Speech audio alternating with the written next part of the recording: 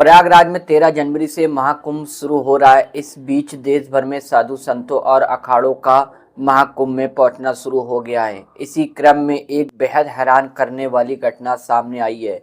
आगरा के रहने वाली परिवार ने अपनी 13 साल की बेटी को जूना अखाड़े को दान कर दिया है। जल्द ही महाकुंभ में उसका पिंडदान किया जाएगा, जिसके बाद वो सांसारिक जीवन त्याग कर सन्यासी जीवन में प्रवेश कर लेगी। माता पिता का कहना है कि उनकी बेटी शुरू से साध्वी बनना चाहती थी। इस बच्ची का नाम राखी सिंह है। जूना अखाड़ा को दान देने के बाद बच्ची के गुरु और जूना अखाड़ा के महंत कौशल गिरी ने विधि विधान के साथ उसका शिविर में प्रवेश कराया और उसका नया नाम गौरी रखा है। गुरु ने बताया कि जल्द ही बच्ची के पिंडदान की प्रक्रिया कराई जाएगी, जिसके बाद से धीरे धीरे उसे साध्वी के रूप में ढाला जाएगा। एबीपी न्यूज ने जब इस बारे में गौरी के माता पिता से बात की तो उनकी मां ने बताया कि हम महाकुंभ में आए थे। इसी दौरान बच्ची के उसके मन में आया कि वो भी साध्वी बने। उसकी खुशी इसी में थी। उसने साध्वी का जीवन चुना। मां ने कहा कि उसकी बेटी शुरू से ही साध्वी बनना चाहती थी। उसने कई बार अपनी इच्छा का जिक्र परिवार में भी किया था, जिसके बाद मां ने कहा कि तुम जो भी करना चाहती हो उसकी छूट है, मगर तुम्हारी यही इच्छा है तो हम कुछ नहीं कह सकेंगे।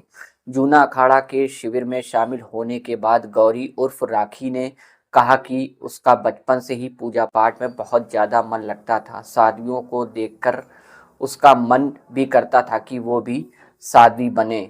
वो इस जीवन में आकर खुश है। गौरी ने कहा कि साध्वी बनने के बाद उसने कभी अपने माता पिता की याद नहीं आएगी। मैं बहुत छोटी थी तभी से उन्हें ये कहती आ रही कि मुझे अनाथ आश्रम में छोड़ दो। मैं पहले भी कहती थी मुझे घर में नहीं रहना। जूना अखाड़ा के महान संत कौशल गिरी ने इसे परमात्मा की कृपा बताते हुए और कहा कि ये इनके पूर्व जन्म से संस्कार हैं, इसलिए वो इतनी कम उम्र में साध्वी बनी है। इनके जन्म से ही संस्कार हैं, इसलिए वो कम उम्र में साध्वी बनी हैं। इनका परिवार तो कुंभ में दर्शन करने आए थे। उन्होंने इस घटना को एक संयोग बताया है और कहा कि वो अब सीधा भगवान की शरण में आ गई है। हमारा इनका संयोग तो ना जाने कब से परमात्मा से जुड़ा हुआ है, कब का विधि विधान चल रहा है। संत कौशल गिरी ने कहा कि हमें गौरी को पहले ही समझाया है कि फकीरी लोहे के चने के समान है। ये